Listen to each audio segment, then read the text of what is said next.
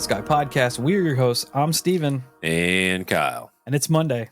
You know what that means, Holocult. We are here to help drive through this work week today. So, Kyle's coming in with, I don't even know what the episode's about, to be honest with you. So, it's pretty decent. Pretty decent. If you're new here, welcome, first off. Welcome. And we like to do a little intro, do a little banter talk. Usually takes about 5 minutes. So you look in the show notes, you'll be able to see when this particular episode starts. So you don't have to complain and whine about it. But before we get to it, we got to get through all the business. All the lovely business. So check us out on all our social medias, Facebook, Instagram, YouTube, Twitter, TikTok, Discord, Reddit. Come join the cult. Be part of the community. It's a great time. Everybody has fun. It's just a wonderful thing to be a part of. If you have a paranormal experience you'd like for us to feature on a future listener episode show that drops on Thursdays, Kyle's got some info for you.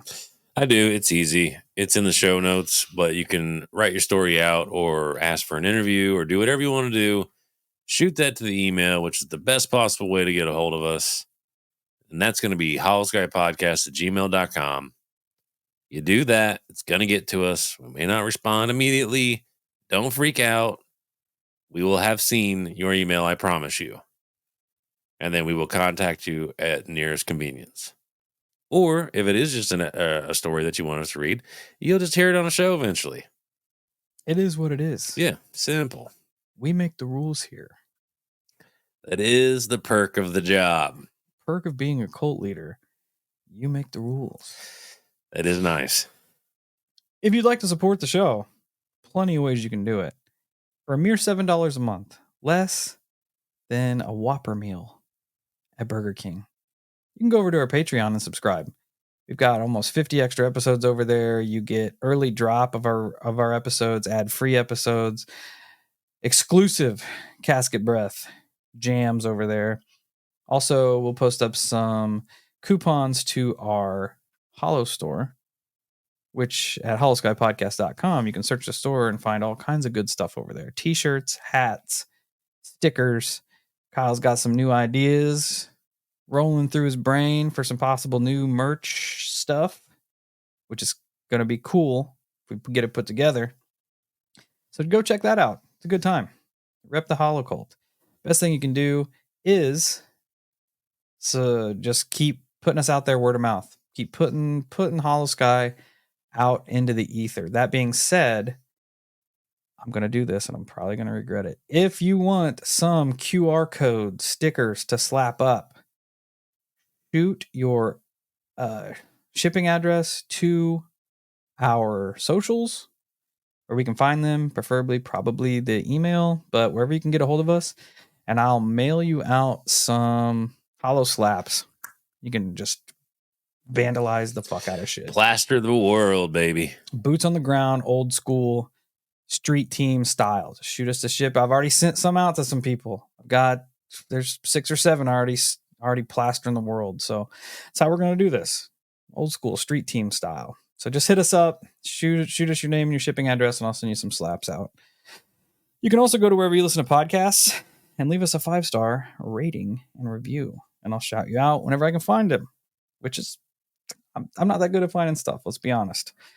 But today's comes to us from our friend Snarkalicious. Yeah. Just rolls off the tongue. Snarkalicious. Snarkalicious says, love these guys, 5 stars.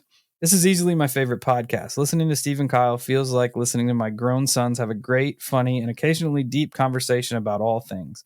I have a warm spot in my heart for the genuine tone of these boys and their show. Well, Snarkalicious, thank you for the kind words and for being a Holo parent to us in spirit.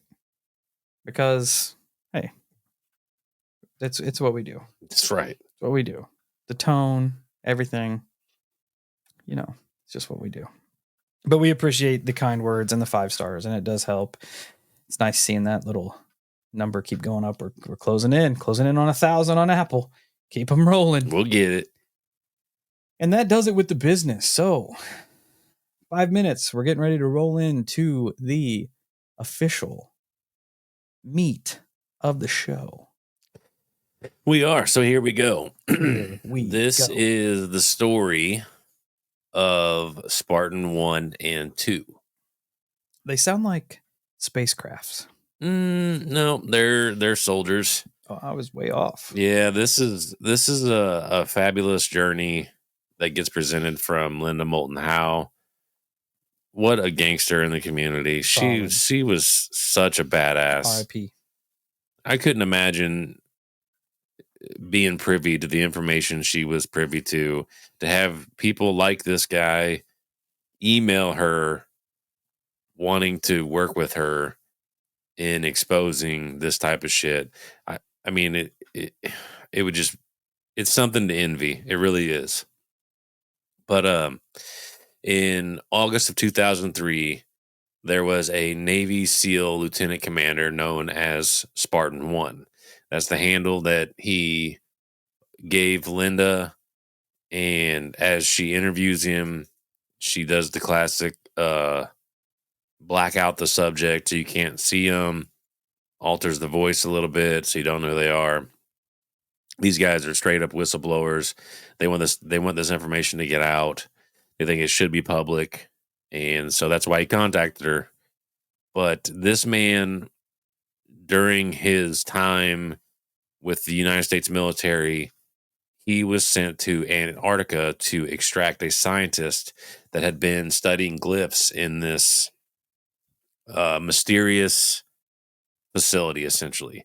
The glyphs were extremely familiar or similar to Mayan or Egyptian. They were neither of the two, though. As far as we know, the glyphs are still unknown to us, although I would probably argue at this point they've got a pretty solid idea on who or what created these glyphs. Spartan 1 traveled from American McMurdo Base to the Beardmore Glacier region. As he gets closer to this area, he sees a black octagon structure peeking out of the ice. He gets closer and he notices a strange door that is roughly 23 feet tall, and wrap your brains around this one, 18 feet thick. What the fuck? Yeah.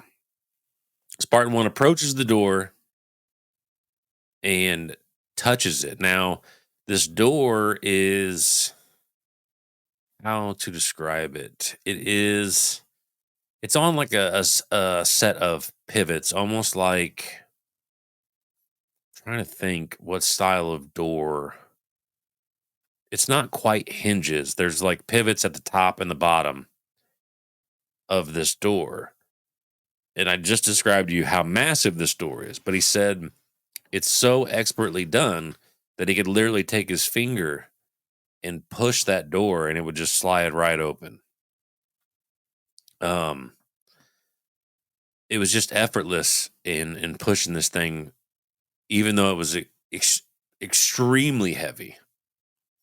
As he gets through this door, it opens up into what he would describe about a 9-acre room. So a massive room inside this structure. The inside of the structure was like this lime green color, and the light he couldn't tell where the light was actually coming from. He said at the tops and the bottoms of the wall, it almost looked like somebody had put like a light bar underneath the walls and above the walls, but you couldn't see the light at all. There was just like this glow that would come from the bottoms and tops of the wall. And it reminds me of it slightly reminds me of when we talk about the law of one, where then people spent time on another planet, and the guy describing walking into the temple, he described how the entire inside of the temple was illuminated, but it was almost like the air itself was illuminated.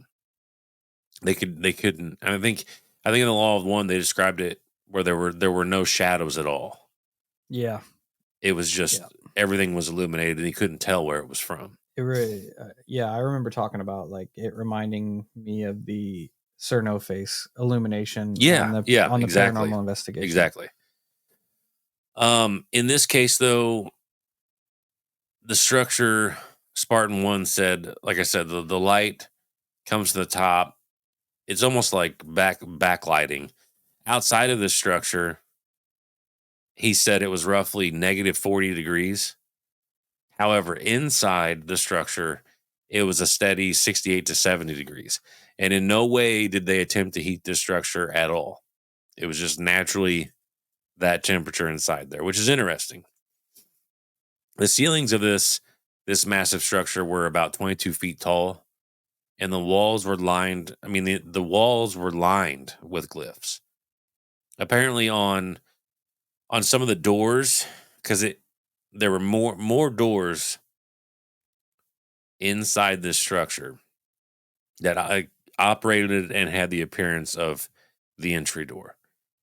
But on the doors, there is a star map and also an image of what a lot of people would call the black sun. On the other side of said entry room, there was a ramp that went down, and it would keep this, like, the way it's described, it keeps the same setup. So you would walk through this 9-acre room. At the very end of the room, there's a ramp that goes down, opens up into another room that is similar to the first room. The other side of the room, there's a ramp, and it would just keep doing this. And supposedly, this structure reaches at least 2 miles down into the ground. So the structure is massive. Were they familiar with the other glyphs inside the room? No, the only ones that really rang a bell with Spartan 1 or anybody there was the image of the black sun and the star map. Interesting. Those are the only ones that seem to have any type of familiarity at all. Interesting. Spartan 1's mission, like I said, was to bring back the scientist. However, the scientist declined and decided to stay and collect as much information possible on these glyphs. Spartan 1 also talks about how the governments of Argentina, Australia, Belgium, Chile, French Republic, Japan, New Zealand, Norway, Union of South Africa, Union of Soviet Socialist Republic, United Kingdom of Great Britain and Northern Ireland, and the United States all took part in Antarctica and what he refers to as a space fleet. So essentially the coalition, because we kind of hear about something similar to this. I don't know if it is I don't know if it's like the treaties that we hear about of Antarctica, if all of these countries are involved that way. But he keeps referring through this conversation as a coalition. The coalition that kind of fucks with Antarctica. They all have come together because of these objects, because of the possibility of these objects. That's what all of Antarctica is actually about. That is strange, because we really have no basis to be able to even argue against it, Right. since it's so shut off from the world. Yeah, and then there's certain sections of it that they just won't, for whatever reason, they won't let people venture through, which is crazy to me. Yeah. And I mean, you hear all the stories about essentially it being so ingrained in UFO lore. Yeah. Like the buried spaceships and stuff like Yep. that. So Yep, and supposedly that's what it is. From what Spartan 1 was informed of, was that they've been in contact with several different races of aliens since the 1950s. People in contact with Spartan 1 who have actually seen those races of aliens say that for the most part, these races look like us. They have no hair because initially when you hear about races of aliens that have our appearance, you almost always think of the what they would call the Nordics or the Aryans, the blonde hair, blue eyes, taller. I mean that's seems to be a pretty on par description. However, he says no, these things don't really have they have no hair and their eyes are a little bit different than ours and it seems like their the cranium size varies a lot more than ours. Sometimes they're big, sometimes they're small. They're all humanoid though. That's interesting. It's weird, right? I almost feel like it would be creepier to see an alien with a tiny little head than the big bulbous head Yeah. that I'm like anticipating to Right. see. Yeah, I agree. It would be weird. In regards to this particular race, the ones that closer resemble us, he says from what he's been told, they've been in contact with the humans since essentially the beginning. This race was apparently responsible for seeding us here. They've also they essentially are responsible for our evolution. Not from like what you would consider primate to human, but in the subspecies of humans. They're the reason why we are Homo sapiens, essentially. Interesting. Although I'm not to the point yet, but I wonder with essentially a clear answer in my mind that I'll lay out for everyone. If you because apparently these same beings, the ones that uh, deal with our quote unquote evolution, they're also extremely intelligent. They're extremely strong. And Spartan 1 even brings up their ability to strategize and they annihilate us in every aspect. Which is understandable. Right. But a question that initially rings out in my mind is if this race is responsible for creating us, why didn't they create us? Because obviously there's a connection, there's a relevance between us and them that we appear so similar to one another. Why were we created to be less intelligent, less strategic, and less physically strong? Why do we lack in comparison to them at all, on all fronts? Unless it was some sort of like a scientist or like a science experiment, for lack of a better term, It could be. just to just start out somewhere and see what. I'm assuming if they said they're responsible for our evolution, that it's probably some sort of like genetic manipulation or Absolutely something could like be. that, like injecting some variable into our DNA or bloodline and then just watching how it plays out. So Oh, absolutely. I mean, feel like it was just a question that popped up in my brain. yeah, it makes sense. Probably to keep us less of a threat, because that would be the first thing that pops in my head. If we're equal, then it's on. You know? Exactly. The Yeah. only thing keeping us equal is me, motherfucker. Exactly. Get it. The next thing is it's some sort. Maybe they're at their point now to where they're wondering how long it takes for us, a lowly species, to get to their point. So they're just kind of watch same way that we do like weird ass genetic experiments on plants and shit. Yeah. Like if we mix this and this, what can we create? If we mix this and this, what can we create? Right. So I imagine it in my brain. It has something to do with us keeping us lulled down, not a threat, and B, just kind of seeing what happens when you fuck around with this species that doesn't really matter. Like, I don't know. I mean, I that's kind of essentially where my brain was at too, was that, like you said, you're obviously, if you have the ability, you're going to create as less than for multiple reasons. Yep. It could be for a slave race. It could be Ego. ego that we don't have the ability to punch up. Essentially, Yep. it keeps us in our place. Or, like Steve pointed out, is it just a lack of resources, experimentation, whatever the case may be?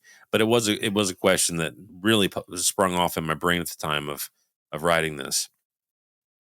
Moving on, though, Linda had been told by other military contacts for quite a long time, while they, in regards to getting to this bizarre octagon structure in the ice, she had been told prior to Spartan 1 and 2 that for the longest time they used submarines to enter this structure 2 miles below the ice. So essentially, the way that I see it is these submarines would somehow go below the ice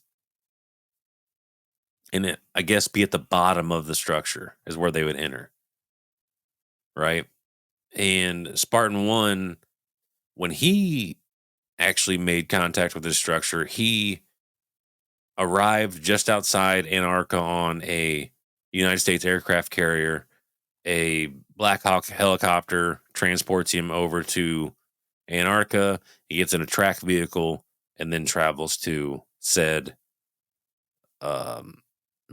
building. And I'm assuming because now the top of it is kind of poking out of the ice at this point. So maybe global warming did a little bit there. I have no fucking clue. They're not keeping it secret anymore. Right. Well, you remember that time when I was fucking around with Google Earth and that whatever that scientific building is in Antarctica, you can go inside there and it's got like weird ass skulls and sigils and shit all over the place. Yep. Like Antarctica's sus. It's weird. There's a reason it's at the bottom of the planet. I agree. Or the top of the planet. Or whatever. Yeah, whichever way you want to look at it. Yeah, it depends on where you are. Yeah.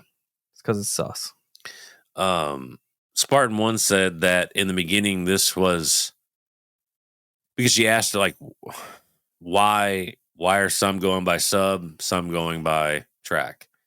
He said at the beginning the sub was the only way to reach this structure, which is kind of crazy if you think about it, because a question that I would have is, at what point do you just stumble onto this structure in a submarine? Yeah. Because subs don't really have like windows and shit. No, they had to have prior knowledge. Right. Somebody had to plant the seeds. Hey, there's something fucky under here. Right. Yeah, there's a weird disconnect there. But he said when they would dive down and they would get to the bottom of the structure, and he said the structure was built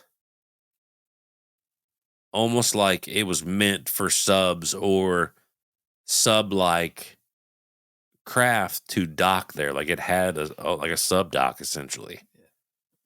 Which is strange. And what's even crazier is that whenever they would get out of the subs at the lowest level of this structure, there was no decompression process at all.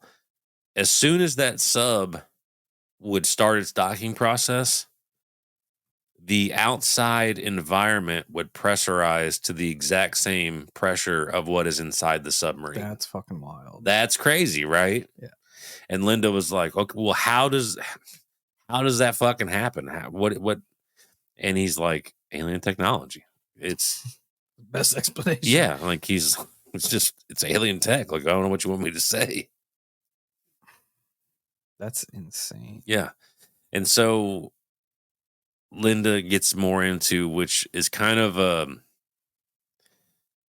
if you're talking about countries or people communicating with multiple races. I'm going to interject here before we get too far off track. I just Googled the water pressure at 2 miles below the ocean surface is 330 atmospheres or 4,850 pounds per square inch. That's a lot. 33 million pascals. That's a lot. That's heavy. Yeah. That's heavy. Yep. And somehow the environment pressurizes all like it's normal. So weird. It's weird. It's weird. So weird. Anyways, like I was saying, if you're having conversations about multiple races of extraterrestrials, I feel like this is a pretty common question. She's like, all right, of the races that we're in contact with, how are they essentially described? What's their deal? And Spartan 1 doesn't really narrow in on it, but he's like, it's kind of a wide range. He's like, and it kind of depends on who you ask, but it essentially ranges from warlike to peaceful. So it's almost like what is that we are in contact with all of the above when it comes to these different races. And it gets brought up about asking who the warlike races are, which is an even more obvious question. It is, for whatever reason, it's in our nature to utterly ignore the benign and go right to, all right, well, who's the assholes? Like, we got to figure this shit out, right? Who's the threats? Yeah. It's, I feel like it's just so common to go that route. Who's the threats? And Spartan 1 actually never gets a clear answer, a definitive answer on who are the dangerous ones. Most of the people he asked about the war races would simply respond, you don't want to know. Which is super weird. Yeah. Because one way or the other, I feel like, I just feel like it's such a cop out. Like, yeah. No, I do want to know. That's why I asked, bitch. Well, it's like, it's almost like it's out of context too. Like, it's not, it's hard to explain. It's just because you don't like, it's not like saying your doctor is the one that is going to kill you. Right? Because that is something, or your no, a better one. Your spouse is the one that's trying to go to war with you. That's something you don't want to know. Yeah, like essentially, a race of alien beings that I don't even know exists. Like, you can tell me that, right? I'm cool with that. That's kind of where I'm at. Like, it really, I don't understand how that comment translates to what that actually implies. Yeah, me too. It just feels like they're just trying to pass off the question. Yeah, that's yeah.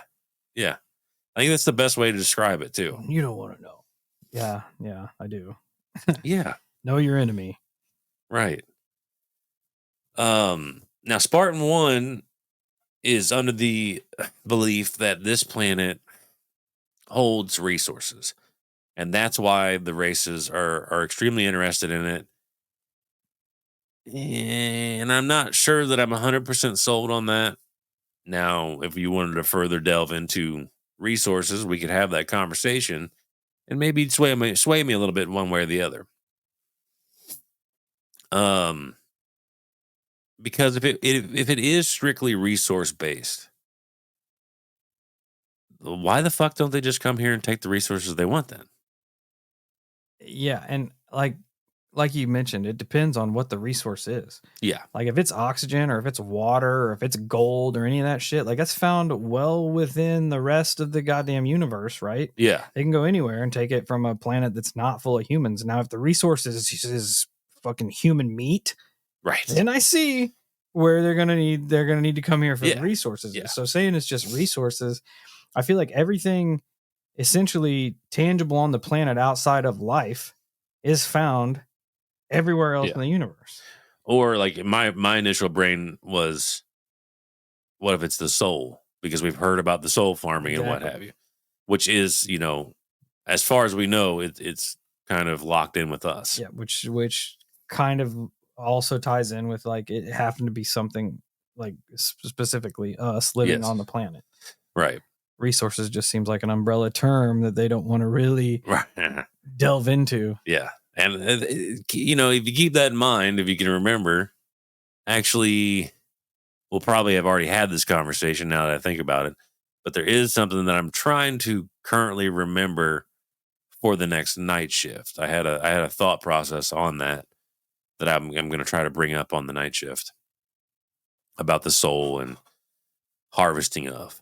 I think it's it's pretty decent. Anyways, It's going to be a good night shift. yeah, I think it'll be decent. What's also crazy about Spartan 1 and 2, it's the interview is actually extremely recent. It took place in 2018. That is very recent. Yeah, actually. very recent. And if you think about it, that's probably right at the start of disclosure, the mass disclosure that we were having. Yeah. Yeah. It's right near the beginning of it. When the wheels started really turning for mass disclosure. Yeah. Yep. But it also brings me back to a previous point of I'm fully convinced that at some point in the near future, there's just an unavoidable situation that's going to unfold, and that's why they're slowly desensitizing us to all of it, because if there's something unavoidable that's going to happen, then they're just not going to be able to hide it anymore. Catastrophic disclosure. Yes, I really do think that's the inevitability of the future of this. They're trying to ease the impact, essentially. Yeah, that's what I think. Yeah, I agree. At a certain point in the conversation, Spartan 1 has a friend that joins the conversation, and they call him Spartan 2. Spartan 2 was actually the one that kind of set all of the wheels in motion here. He's the one that contacted Linda and put her in touch with Spartan 1. Spartan 2 was a Marine, and he's, like I said, he's the one that's responsible for contacting Linda, and the email it reminded me so much of the one that we got about the monsters being in the briefing. Wouldn't that be nuts if it was the same people? But he says, they never contacted us back. I know. He says Antarctica contains wonders beyond what most can comprehend. It has ties to space and technology beyond belief.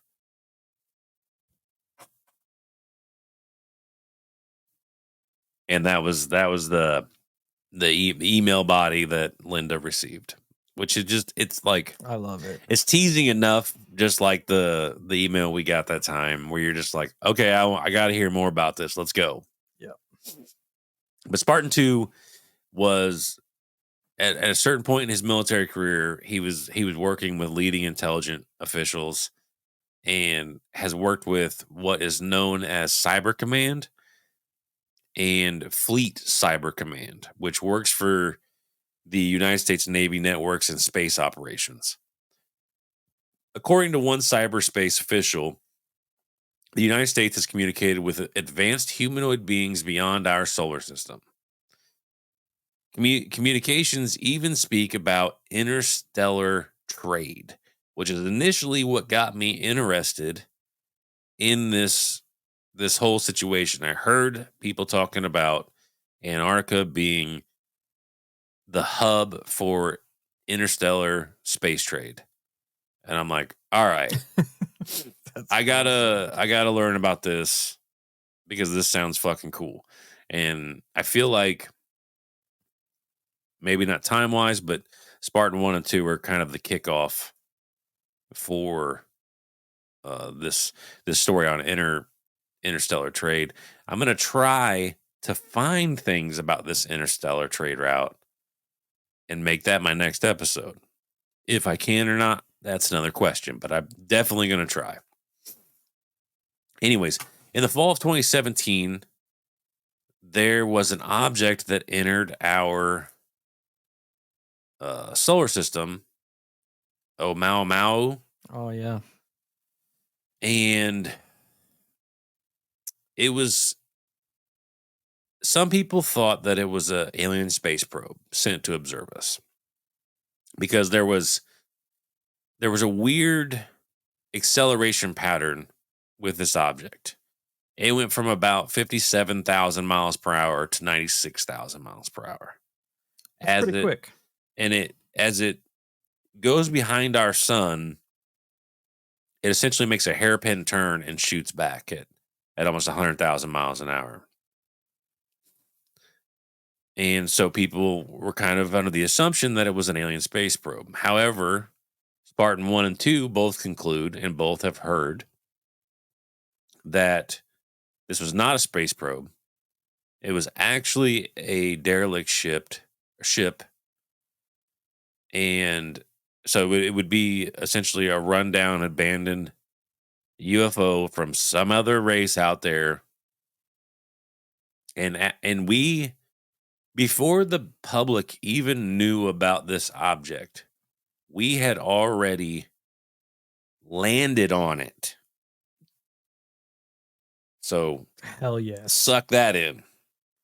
Hell yes. And what better way, if you were an alien race, you know, kind of peeping around the universe and stuff, what better way to disguise your ships than disguise them like comets and just space rocks? Yeah. Genius. Yep. They said that ultimate camouflage. Spartan 1 and 2 said they had already landed on it, fully investigated it before anyone even knew the thing was in our solar system. That's so wild. wrap your brains around that. That's wild. That's crazy. I hope it's true. And that's how they knew it was like kind of a defunct ship. It was just, you know, essentially debris at that point. What caused the acceleration? That's a good question. The pattern, I mean, it's almost like what you would see in outer space movies where you use a celestial body to wing yourself around, to gain more speed. That's what it looks like to me.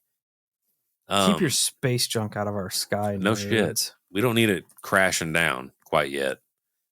The person that this information came from actually works for the NSA on the 8th floor, which is apparently a floor that I guess doesn't officially exist.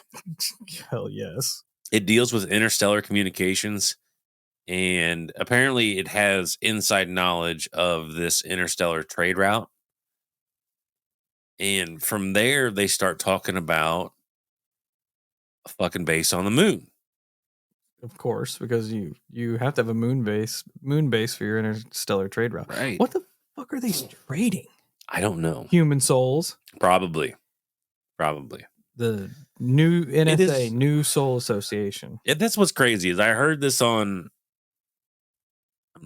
like a news show, which they got into trade, like interstellar trade routes, and I'm like, what the fuck?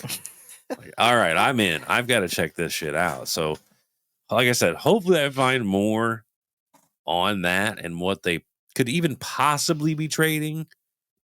Would be fascinating enough. That's what I'm saying. Like any kind of static resource here is found well within the rest of the universe everywhere except people. That we know of, and probably animals and stuff. But they're probably out there too. But that's the only thing I can think of that comes right offhand. Because even water's found, on other planets and shit. Yep. So I don't know, weird. It is weird. Now this moon base is apparently above and below the surface of the moon. Of course, it's on the backside of the moon. Of course, they just took boring machines up there to bore into the moon, and like I said, it's all on the backside. Spartan 1 said that the most of the time, because an obvious question. Okay, well, how in the fuck do they get all of this stuff up there without us knowing? And he's like, most of the time, if you would hear a story about, oh, they're sending this and this and this to the space station, International Space Station. Yep, that's what they would hide it behind. Yep. It makes sense. How do we set up an interstellar gas station to sell interstellar snacks to the people that travel the trade route? I'm thinking it would be pretty cool to be the attendants of an interstellar gas station. It would be weird. It'd be kind of cool. It would be, yeah. I'm not gonna be mad at that. Yeah, you get some weird. It'd be interesting. It would be like running a regular gas station. You get some weird motherfuckers in there. Get some space burritos and shit. Oh, that'd be fire. I'll fuck with some space I'd burritos. smash about 6 right now. That's what I'm saying. That does sound good. Some of them cheap ass microwavable burritos. The ones that got like the XL on the side. I'll fuck with it, dude. I fuck with it. It does actually sound good. I haven't had a good burrito in a while. I feel like, see, there's a market. We just tapped the market. I'm in. Selling burritos to intergalactic beings. Fucking in, dude. That's way better than my job now. No shit. Back to the story though. Spartan 1 says that the coalition of countries, they're all on the moon base together. It's not just one country. It's fucking everybody up there working together to, I'm assuming, to facilitate this trading route and to also deal with imminent threats, essentially. And it's interesting too, though, that you consider that of all these countries working together, because on the grand scale of things, none of us can fucking get along.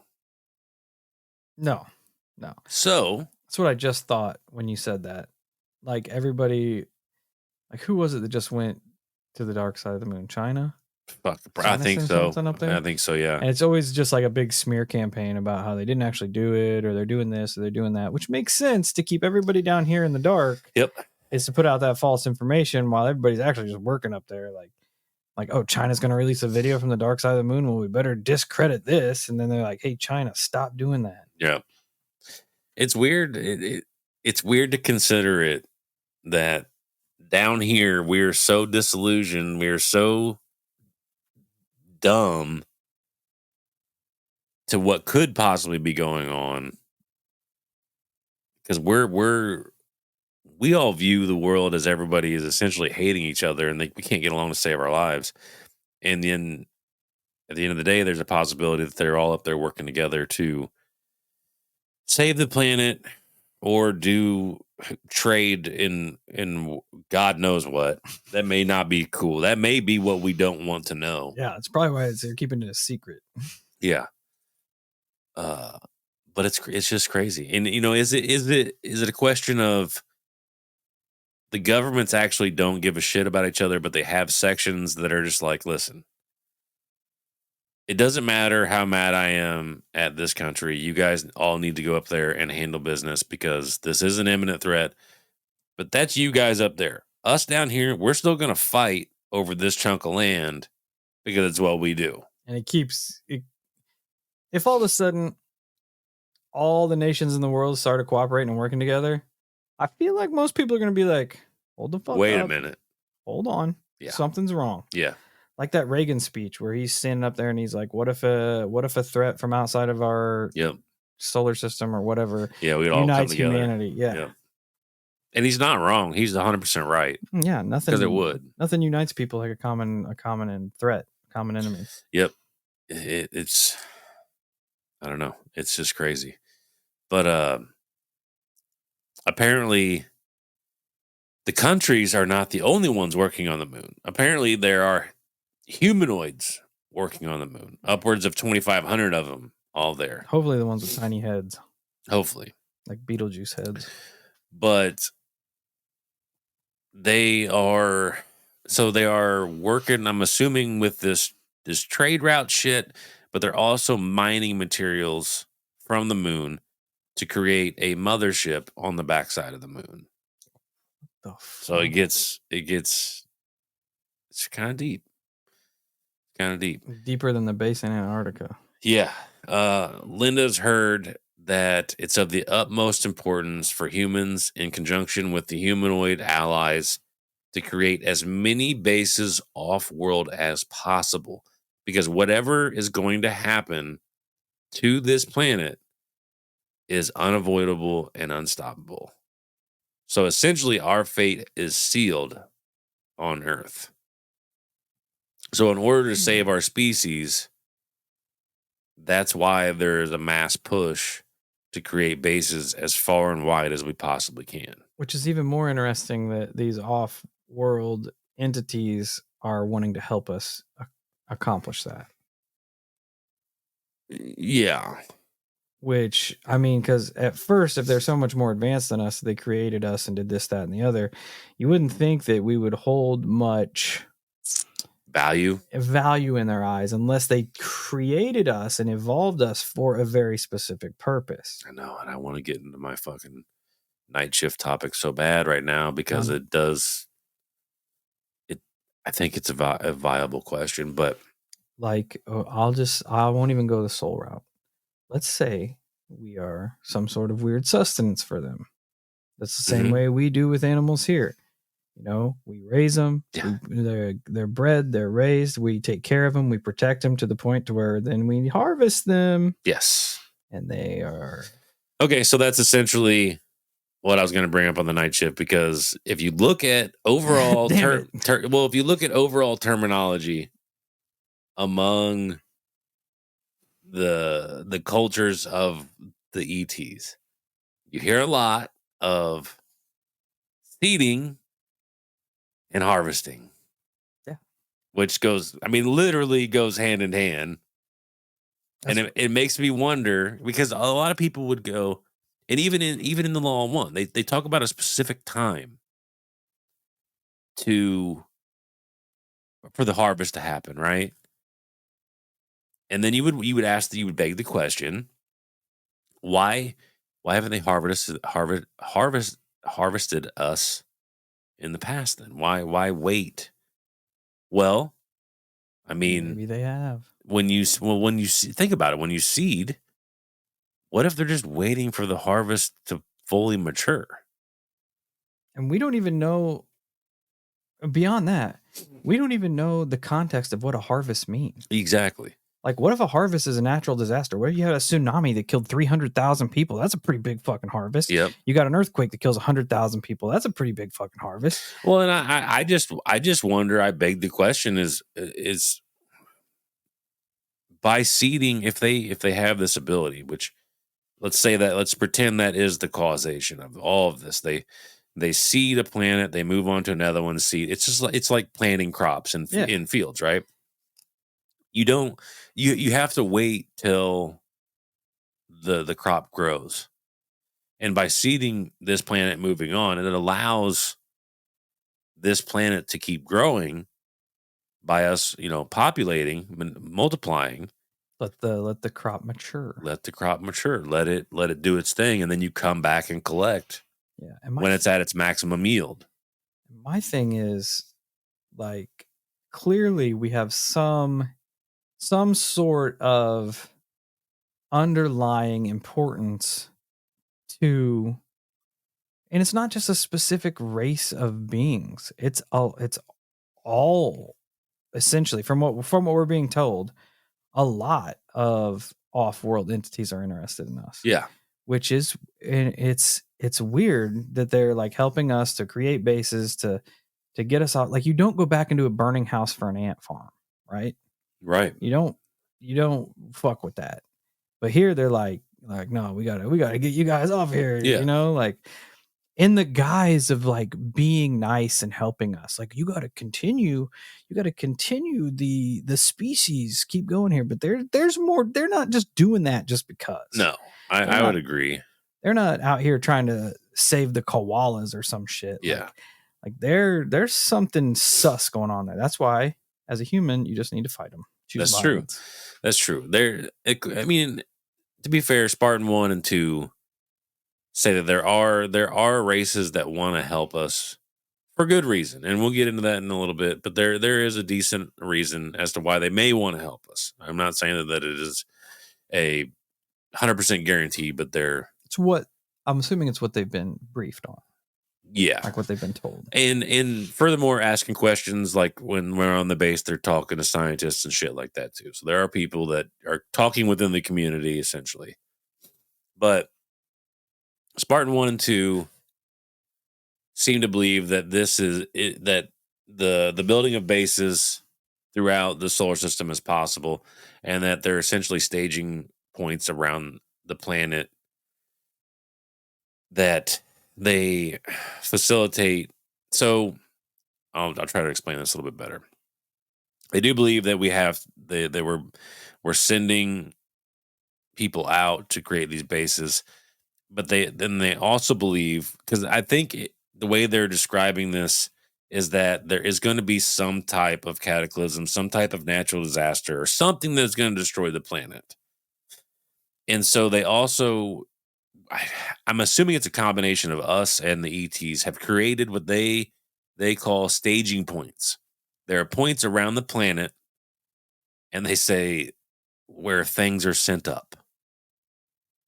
People and objects are sent up through these staging points. What? And there was like an AI generated image that was on this documentary. It looked like a tether, like there was a tether that came from the surface of the planet that went up to this whatever it was into space. And that was it's like a big elevator essentially. Or like a wormhole. Or like a wormhole. Yeah. That's weird. Yeah. Spartan 1 tells about a solar flare event that happens in 2016. And it is true. There was one that they anticipated that was going to be fairly bad and kind of fuck up the planet pretty good. However, this group of extraterrestrials were actually responsible for stopping that event. They kept it from happening. The same person that gave Spartan 1 that information, it's the same one he knows that's in the NSA, but he was able to show Spartan 1 large objects that were photographed just outside the rings of Saturn. And the way Spartan 1 describes it, he's like it was an alien mega structure that was outside. Like it was fucking huge. And somehow from Saturn, they were able to stop the flare, the solar flare that was inbound for Earth. That's wild. Kind of crazy. I feel like that's a pretty good distance to be covering. Yeah, and just to have the technology to halt the solar flare is, I mean, pretty intense. Yeah, because we don't have it. No, and when they were talking, I kind of assumed that like they parked a ship or something in front of the solar flare, but apparently that wasn't the case. Linda navigates the conversation by bringing up Wilkes Land, which is an area inside of Antarctica, and the Spartans have heard that this area is a portal area. They say that these portals can either take you to another portal area, which essentially, picture ancient stargates around the planet, or they can take you to crafts outside of our atmosphere. And Linda asked, well, what do these portals look like? And if you've seen Stargate, that's essentially what these portals look like. To a T. He's like, these portals look like moon pools. So if you can picture, like I said, picture the Stargate portal, the circular ring, and then there's like a watery substance inside of that ring. He's like, it looks and operates exactly like that, except by his description, which is kind of hard for me to picture, the frame of the portal is not a circle, it's a square. Which is the first time I've ever heard that before. Because we've heard about, well, not really, because we have heard about what they would go ancient doorways. Yeah, yeah. But I always picture a ring. I think it's the way cinema media has put it out there. Probably. Yeah, that's probably why. Yeah, because you hear a lot about like the keyholes. They call them keyholes in ancient architecture. Is also like a portal. Look like a skeleton key. Yeah, that's weird. We talked about that on the CERN portal Yeah. too. Yeah, and it does mean time travel and whatnot. it's interesting. That is weird. I wonder if the different shapes like hold any context, if they have a purpose. Like, I don't know what the difference in making it square as opposed to making it that's a good round. question. Or making it like a keyhole, or does it fucking matter? You know, maybe these are just specific to his encounter. Could be. Yeah, I mean that's a great point. Yeah, because we don't even know how we have no idea of the inner workings of those at all. All the portals I've used, we don't even want to talk about it. On the subject of portals, Spartan 1 says that Harp has a portal in Gonkna, Alaska. Gakna. I have no idea. Nailed it. Whatever. Both times. Yeah, hit it out of the park. Same thing. But apparently that portal will take you to a portal in Pearl Harbor in Hawaii. Yeah. He says that portal and the way these portals work, because he's like, in some cinema and shows, you like, I think it's this way in Stargate. I don't remember. It's been a long time since I watched it, but he's like, you'll enter into these portals and then there's like stars that go past you, or you're in this like weird light tunnel for a little bit. And he's like, no, that's not how these things work. They're instantaneous. Yeah. So you walk through this portal and you are instantly out on the other side. Instantly. No lag, no hesitation. Bam. You can like stand in the middle of it and be half in Pearl Harbor and half in Ganakna. I feel Alaska. like essentially, yeah, that's how it would be. That'd be sick. Like if you ran and just dolphin dove and then paused. Yeah, like at one point half of your body will be in Hawaii and the other one will be in Alaska. I could be throwing up a metal sign in Alaska and then throwing up a metal sign in portal. Yeah, they'd be just like that.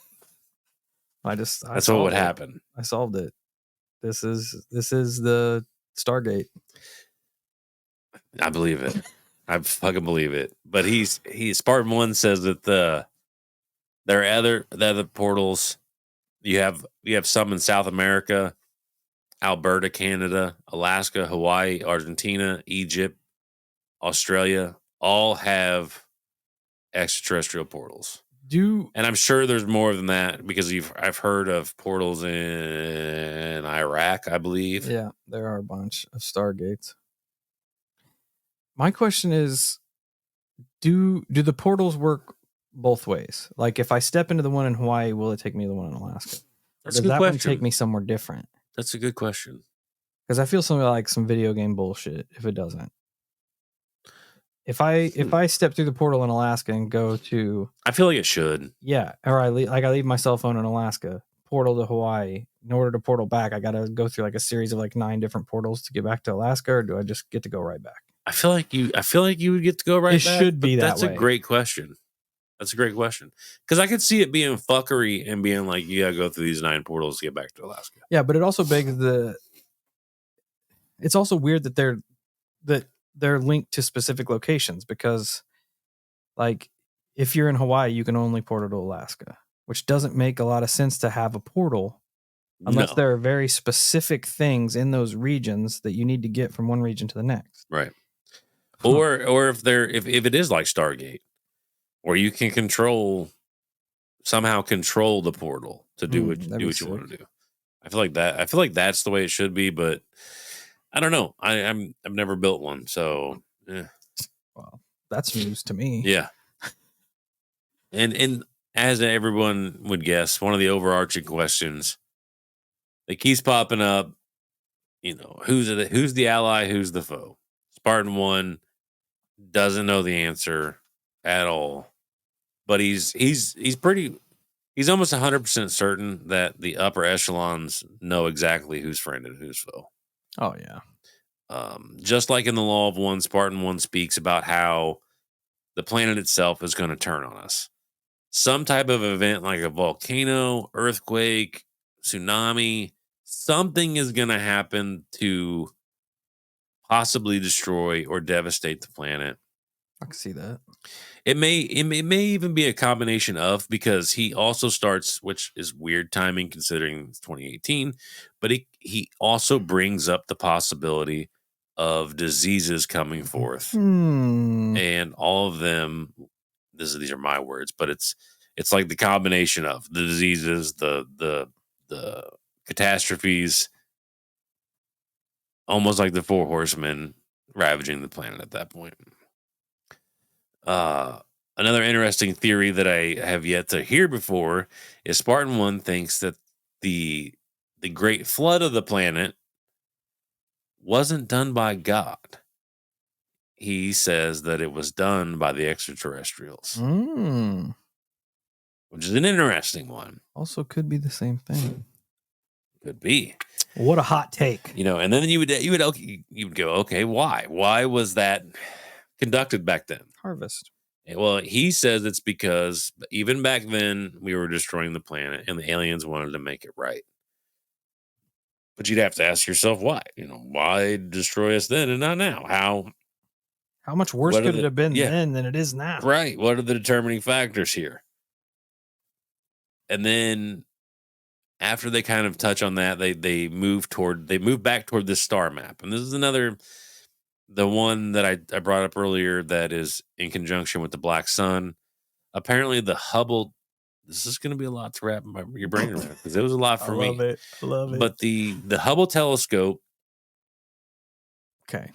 has been used to visualize the same star map that is on these doors. Okay.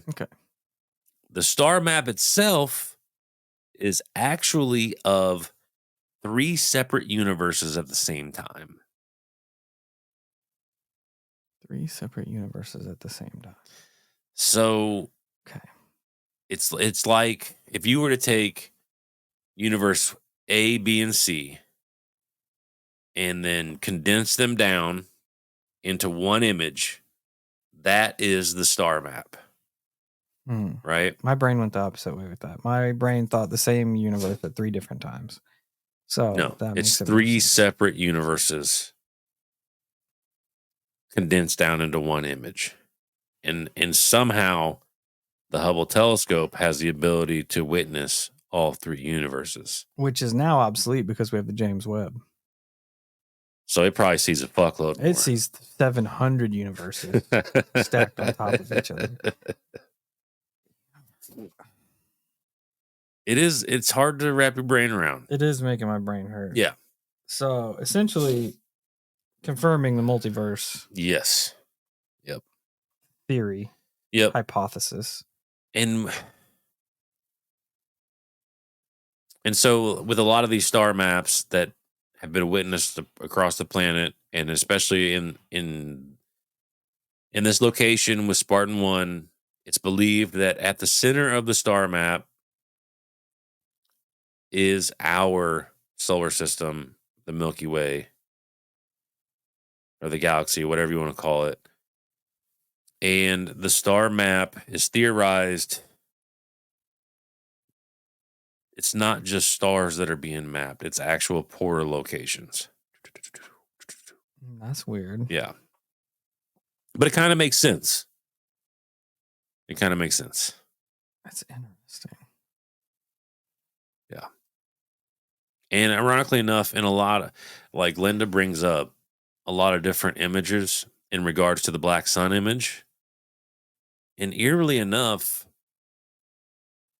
the black sun image, if you think about it, is extremely reminiscent of the 8-spoked wheel that signifies interdimensional travel. Yeah, that is strange. It's very close. And a lot of the imagery that she pulls up, because there's 4-spoked wheels, 6-spoked wheels, 12-spoked wheels, a bunch of different wheels with spokes, essentially. That's weird. So it is kind of strange. Not to mention the Nazis went heavy with the black sun imagery. And it's even stranger because she gets to a part in there where I think if I remember correctly, the original Black Sun or the original Black Sun image did not have like the little squiggles at the end of the lines. They were straight lines, like a wheel, like wheel spokes. But the Nazis and Hitler added the squiggles at the end to represent the bolts of the SS. But there's actual evidence in the solar system of an energy pattern that legitimately matches that. It's a spherical energy pattern that radiates out, and they have the same fucking squiggles at the end. That's interesting. It's weird. But what really gets my attention in this direction wasn't the actual story of Spartan 1 and 2, like I said before. It is because Spartan 1 and 2, I feel like they were guys in the wrong place at the right time. They were part of a mission, and they walk into it completely unaware of the reality of it, and then it all kind of dump trucks on them, and they're like, "What the fuck?" And then the more they think about it throughout life, they're like, you know what, this stuff needs to come out, because at the time, you could tell by their silhouettes. These were older gentlemen, so they've been around the block for quite a few times, but they were like, you know what, we need to get this shit out there. People deserve to know. They really do. We need to get it out. And they were like, we need to figure out more about the nefarious races that are threatening us. And they bring up things like, why do you think that Trump and Putin work so well together? They were legitimately working and discussing how to further handle these trade routes and dealing with these fucking ETs. It's weird. It at least makes you think. I know a lot of people are gonna be like, yeah, right, blah blah blah blah blah. Fuck this and fuck that, and that's fine. It's your perception on reality. That's fine, but it is kind of fucking weird. Yeah, I mean, anytime you see world leaders rubbing shoulders, you have to at least entertain the idea that there are things behind the curtain that are being dealt with, being worked on, that we're never going to know about. Yeah. Ever, as Johnny Q Public out here. We're never going to know. Yep. And anytime they start buddying, elbow to elbow, something's got to be going on. I agree. I really do. Just how politics works. Yeah. And doesn't matter what side. Yeah, doesn't matter what side you stand on. They're all playing for the same motherfucking team. Yeah. Oh yeah. I definitely believe that. Across that goes for world politics. Like, yeah, if there is money to be made, if there is technological advancements to be made, and it requires two totally opposite people to work together, you best believe they're going to do it if the both are going to benefit. Fuck yeah. Because that's the only way to move up. That's the only way to improve. If you're sitting there stabbing each other in the chest when you could work together and advance both of your countries ahead of the other 298 countries, or however the fuck many there are on the planet, you best believe they're going to do it. Absolutely. And at this point in the conversation, Spartan 2 comments how of the seven races that we've kind of dealt with, the ones whichever one was responsible for seeding us here, they're the ones that are almost solely responsible for protecting us, and they are also responsible for protecting other planets out there. Because one, and I don't really recall if it is the Cedar race or if it was one of the other races. Because I think I write that down, of the seven different races that we are currently in contact with, 4 of those races are what we would consider allies Of the 7. of the 7. So 3 of them are no bueno. That's not good. So the ones that seeded us, they're trying to protect us. You also have another, or maybe it's the same, I don't quite recall, but one of them have been annihilated. Their planet has been annihilated by one of these nefarious races. So now they have a vested interest in the fight to help others not become like them. So it's like this That makes big sense. declared war situation. And from what the Spartans have gathered, whatever race is out to really fucking annihilate us, they are the ones responsible for creating the Anunnaki. Which I have never heard of a race creating the Anunnaki. The ones that want to destroy us created the Anunnaki. Yes. That's interesting. That is interesting because you always, which kind of makes sense because you always hear that the Anunnaki is part of a different alien race. Yeah. But essentially, are we part of the alien race that created us? I don't know. So it kind of makes sense. But that's strange. You always hear that the like Anunnaki were technologically advanced and passed information on to us that helped us technologically advance. Right. You never hear of them being like part of a threat toward the human race, which essentially kind of feels like the route that the path this is trying to lead us down on this specific thing. Yeah. And to kind of close this out, it also seems like, though, which it does kind of fall into place, in my opinion, but it doesn't seem like the humans are taking it laying down either. Because I heard several times of Spartan 1 mentioning people he knows who are serving active contracts out in space, learning to fight or fighting the forces that want to crush us, which directly lines up with the stories of 20 and Back. Yeah, I was gonna say that it feels a lot like the space, like this space soldier program that we've heard. Yep. Yeah, because we've done and heard stories of the 20 and Back programs where they talk about actively being out there and fighting. Yep. It's very So it's kind of cool because the Spartans did not mention anything about 20 and Back programs. They did not say that phrase at all whatsoever, and I feel like that is an extremely common phrase that people in the UFO community would be aware of. Yeah, and it is it's like a hot button. Word. Yeah. To kind of set it off. That's interesting. Yeah. So it feels like 2 different pieces of the same puzzle just kind of are trying to click together with that. Yeah.